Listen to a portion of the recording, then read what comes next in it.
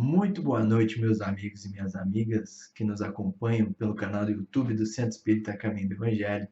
É uma alegria, é um prazer estar aqui novamente para mais esse momento de reflexão. Antes de mais nada, convido a todos, aqueles que não estão inscritos no nosso canal, que se inscrevam, ativem as notificações para estar acompanhando aí o nosso Evangelho no Lar toda segunda-feira, as palestras todas quartas e sextas-feiras. Também, só lembrando que os nossos grupos de estudo estão funcionando normalmente. Então, procure ali a Casa Espírita ou o seu coordenador de grupo de estudo para que possa estar ali acompanhando, bem como a evangelização infanto-juvenil também está funcionando. Tudo isso, lógico, de maneira online. Então, antes de mais nada, vamos à nossa prece. Pai amado, querido Mestre Jesus, amigos espirituais, agradecemos por tudo que tem nos dado, por tudo que nos proporciona, por estarmos cada vez mais seguindo os seus passos. Pedimos amparo e auxílio por todos aqueles nossos irmãos encarnados ou desencarnados que mais necessitam de Ti, necessitam do Teu amparo, do Teu apoio, que todos eles possam, nesses momentos de pandemias, possam estar bem amparados. Nos ilumina, nos abençoa hoje e sempre. Que assim seja. O tema proposto para a noite de hoje são algumas reflexões acerca do capítulo 16 do Evangelho segundo o Espiritismo, Não se pode servir a Deus e a Mamon. Então, decidi intitular mais ou menos Como estou administrando minhas riquezas. Então, são algumas reflexões que, estudando esse capítulo, vendo assim, algumas coisas relacionadas ao assunto, que me fizeram refletir como é que nós estamos administrando as nossas riquezas. Né? Então, para a gente começar, por que existem as riquezas? Para que elas são necessárias na nossa humanidade? Né? Primeiramente, para auxiliar no aperfeiçoamento do homem. Então, vamos pensar, se não tivessem as riquezas, se não existissem as riquezas, bem provavelmente nós ainda estaríamos ali numa era das cavernas, né? Sendo necessário o auxílio da natureza pura e simplesmente para a nossa sobrevivência, pois com as riquezas nós conseguimos grandes feitos da humanidade. Né? Se não tivesse riqueza, grande parte do mundo, da colonização do mundo não aconteceria. Né? Então, olha quanta coisa boa que a riqueza proporciona, quanto progresso a riqueza proporciona para nas nossas vidas, no nosso mundo. Né? Oportuniza prioridades. Já pensaram se não tivesse a riqueza, se não existissem riquezas, como é que estaríamos lidando com essa pandemia? Porque graças à riqueza nós conseguimos oportunizar prioridades, houve todo um investimento com pesquisa e desenvolvimento, pesquisa e tecnologia, para que as vacinas fossem aí, existissem de uma maneira mais rápida possível, mais breve possível, trazendo aí essa luz no fim do túnel, trazendo aí essa luz de esperança nas nossas vidas, na nossa sociedade, porque realmente nós estamos aí passando por um momento muito complicado, muito delicado, a pandemia, no qual a vacina se torna, assim, uma luz na nossa vida. E as riquezas, elas podem ser um empecilho ou uma utilidade. Tudo vai depender da forma que eu utilizar. Tudo vai depender de como eu estou vivenciando essa experiência de riqueza. E aí, nesse ponto, também trago a reflexão de que quando nós estamos falando aqui em riqueza, não são só necessariamente as grandes fortunas. Lógico, as grandes fortunas elas fazem uma diferença enorme, mas as nossas médias, as pequenas fortunas, como estamos administrando, como estamos lidando. Essa reflexão que eu gostaria de trazer para a noite de hoje, para a gente pensar, né? Lógico, não tem certo, não tem errado, apenas são algumas reflexões que vale a pena nós termos, pararmos para pensar um pouco. Continuando. Qual que é a utilidade providencial da riqueza? Isso está no Evangelho segundo o Espiritismo, lá no capítulo 16. Com efeito, o homem tem por missão trabalhar pela melhoria material do planeta. Cabe-lhe desobstruí-lo, saneá-lo, dispô-lo para receber um dia toda a população que a sua extensão comporta. Para trabalhos que são obras do século, teve o homem de extrair os materiais até das entranhas da terra. Procurou na ciência os meios de os executar com maior segurança e rapidez, mas, para os levar a efeito, precisa de recursos. A necessidade fê-lo criar as riquezas, como fez descobrir a ciência. Então, antes de continuar, vamos refletir um pouco sobre isso. Como a necessidade de trabalho, a necessidade de nos ajudarmos, né? Porque nós vivemos em sociedade. Então, como o próprio livro dos Espíritos diz, nós somos seres sociais. Então, nós não nascemos para vivermos sozinhos, nós nascemos para completarmos as nossas virtudes, né? Então, por essa necessidade, houve aí a globalização. E para que nós pudéssemos conseguir melhorar a nossa qualidade de vida, vivermos mais, aí é um ponto importante, no qual a qualidade de vida faz com que a gente viva mais. Vivendo mais, nós temos mais oportunidades, quanto encarnados aqui, de melhorarmos, de nos melhorarmos quanto para a vida espiritual, né? Então, nós tivemos aí que nos aprimorar, tivemos que criar mecanismo, criando as riquezas, né? E fomos nos desenvolvendo. A atividade que esses meus trabalhos impõem lhe amplia e desenvolve a inteligência, e essa inteligência que ele concentra primeiro na satisfação das necessidades materiais, o ajudará mais tarde a compreender as grandes verdades morais. Sendo a riqueza o meio primordial de execução, sem ela, não mais grandes trabalhos, nem atividade, nem estimulante, nem pesquisa. Com razão, pois, é a riqueza considerada elemento de progresso. Então, lá no capítulo 16, utilidade providencial da riqueza. Então, olha só o impacto que a riqueza tem, primeiramente, na nossa inteligência. Quanto ela nos permite, né, que a gente se aprimore, que a gente vá atrás, que a gente busque, que a gente tenha meios de buscar, meios de se aprimorar, meios de trabalhar a nossa inteligência. Então, olha só como é importante, como é muito importante essa questão da riqueza, né? Volto a dizer, não estou falando só das grandes fortunas, eu estou falando a riqueza de uma maneira geral, o quanto ela é importante para nossa sociedade nesse momento, né? Então, nesse momento da palestra, né? O quanto a riqueza ela é importante quanto ao meio de progresso, porque tudo o que Deus criou, né? Toda a criação divina, ela é para progredirmos. Só que o X da questão é que nós não sejamos gananciosos, porque o problema maior está na nossa ganância. Quando somos gananciosos, nós perdemos grandes oportunidades, como nós veremos aí mais para frente. Continuando. Lá na questão 816 do Livro dos Espíritos, traz a seguinte reflexão. Estando o rico sujeito a maiores tentações, também não dispõe, por outro lado, de mais meios de fazer o bem?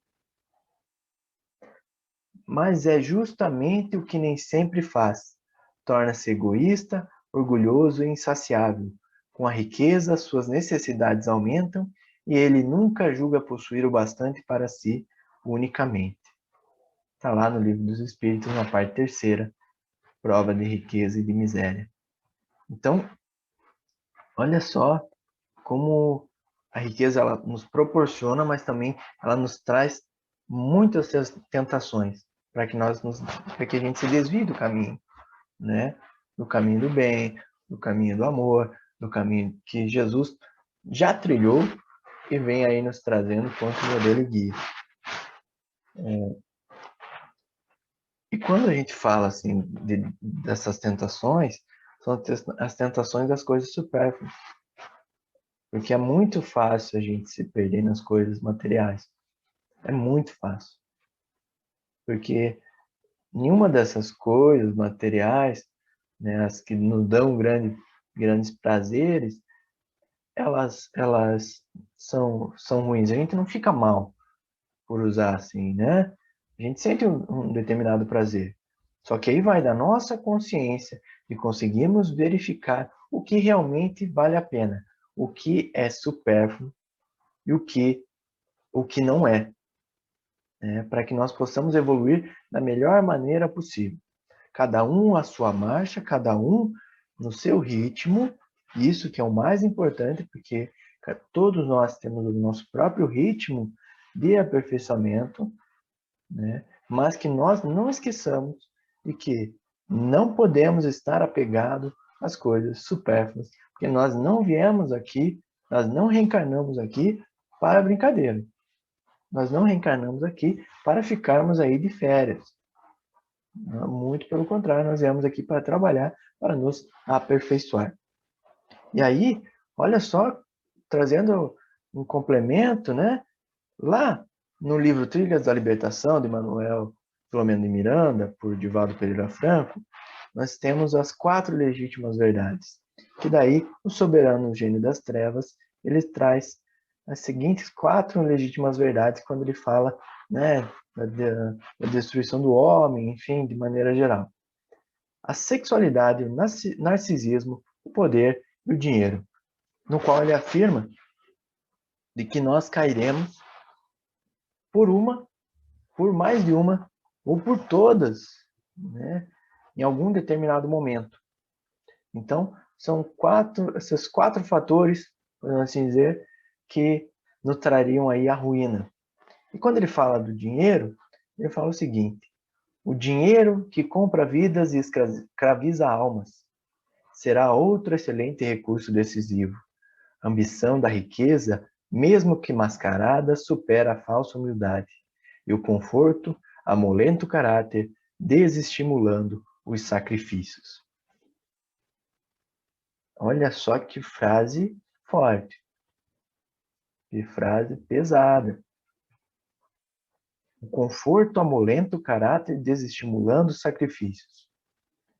Quando nós estamos em uma zona de conforto, faz com que nós fiquemos cada vez menos estimulados a fazer sacrifício.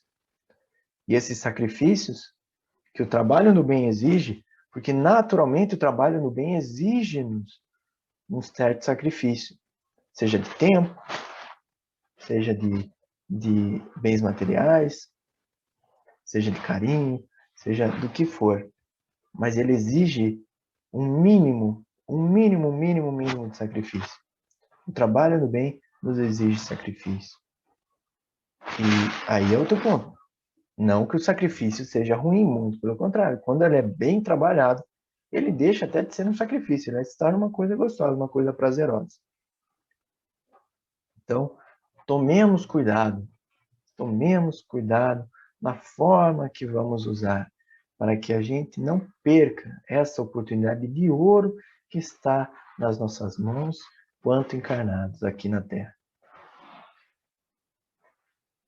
Lá na questão 902, que daí ela complementa essa questão da falsa humildade, será reprovável que cobicemos a riqueza quando nos anime o desejo de fazer o bem? Ou seja, eu cobiço a riqueza, né?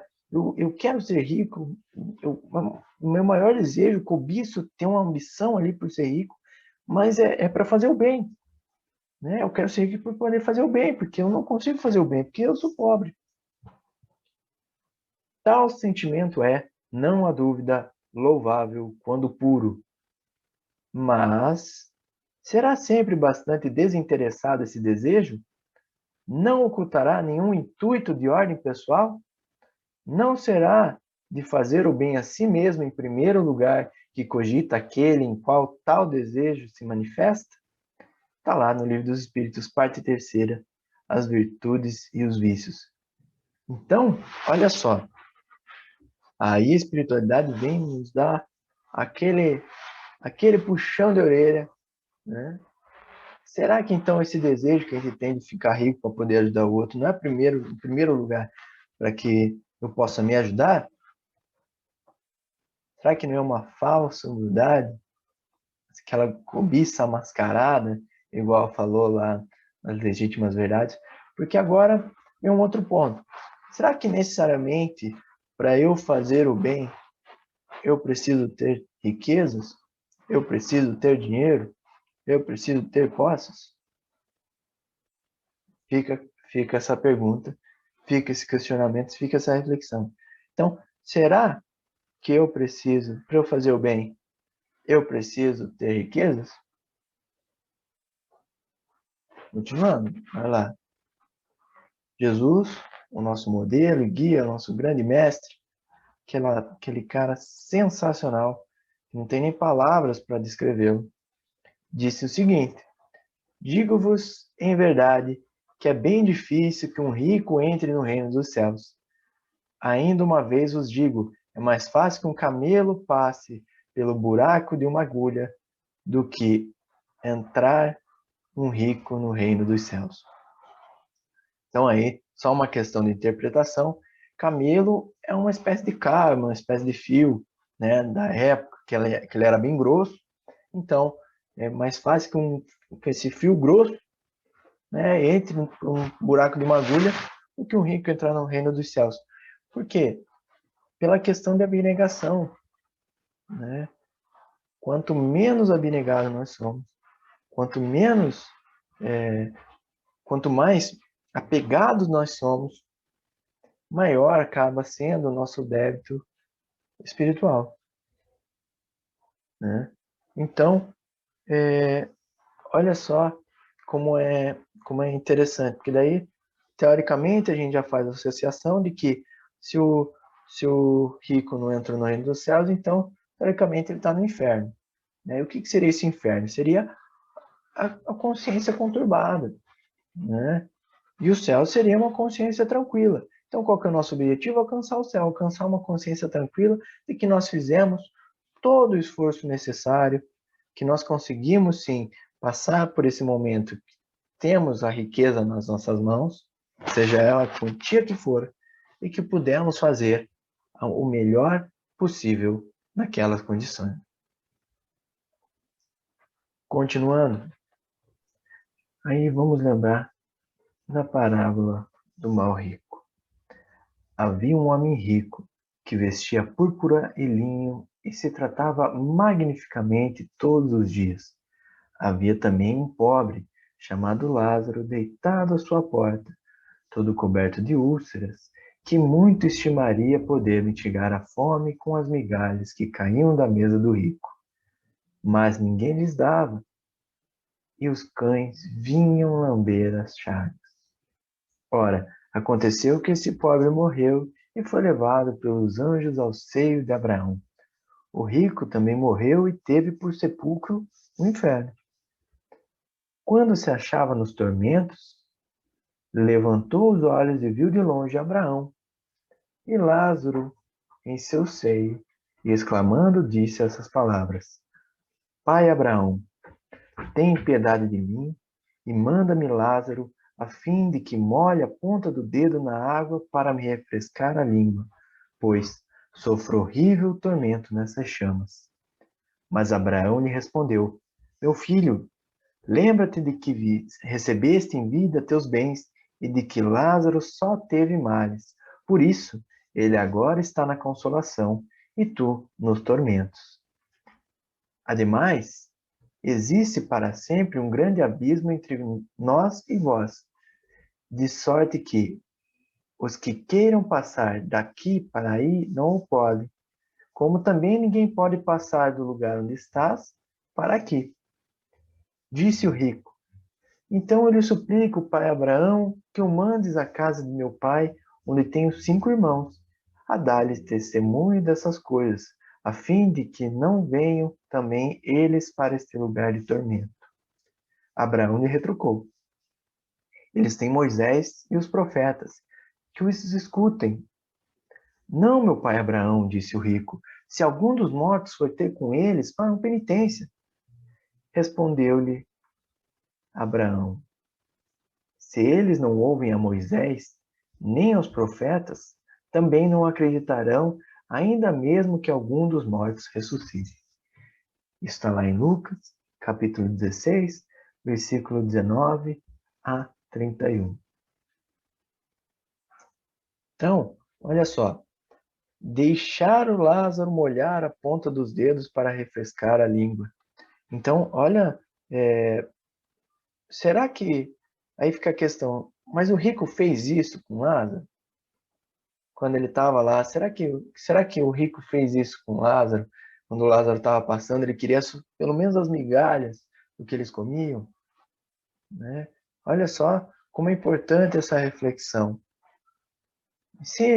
E outro ponto também, quando ele pede para mandar para a casa do pai, todos aqui, para poder avisar, né, os irmãos, para que eles não peguem e sofram como ele, mas eles têm ali os Moisés e os profetas, né? E nós temos aí Jesus, nós temos diversos. Não precisa ser necessariamente um cristão para seguir o bem. Não precisa ser necessariamente um cristão para seguir o bem. Você não precisa ser espírita para você seguir o bem. Todas as religiões, elas pregam o bem. Todas, absolutamente todas as religiões, elas pregam o bem, pregam que a gente haja bem, eles pregam pela evolução moral do homem, da humanidade, né? Então, olha lá, o rico cumpriu com a sua prova de riqueza. Nós já vimos toda a utilidade da riqueza, para que serve a riqueza, né? Então, será que o rico cumpriu com a sua prova de riqueza? Será que Lázaro foi paciente e resignado? Então, nós temos que estar atentos às nossas provas de riqueza ou de pobreza, porque alguém pode estar assistindo agora e falando assim: essa parábola, essa palestra não é para mim, porque eu não sou rico, não tenho nada. Mas será? Né?